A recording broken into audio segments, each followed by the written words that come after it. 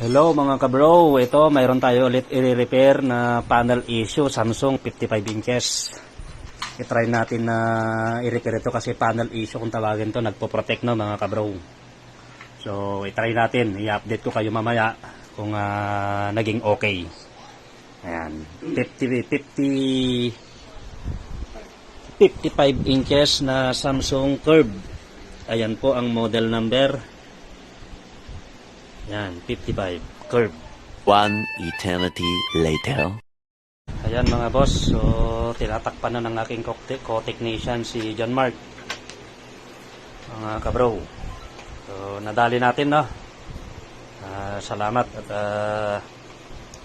nadali natin yung problema. Shout out sa kay Kuya Roy Moreno sa pagtitiwala sa ating gawa. Yan, so try natin mga kabro.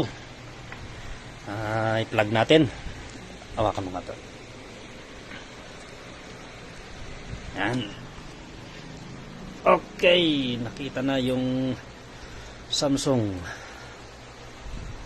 Then natin lumabas yung yan. So parang hindi na repair. So yun palang dahilan mga kabro kung bakit nag-protect yung screen. Yan ang dahilan. Okay na po. Okay.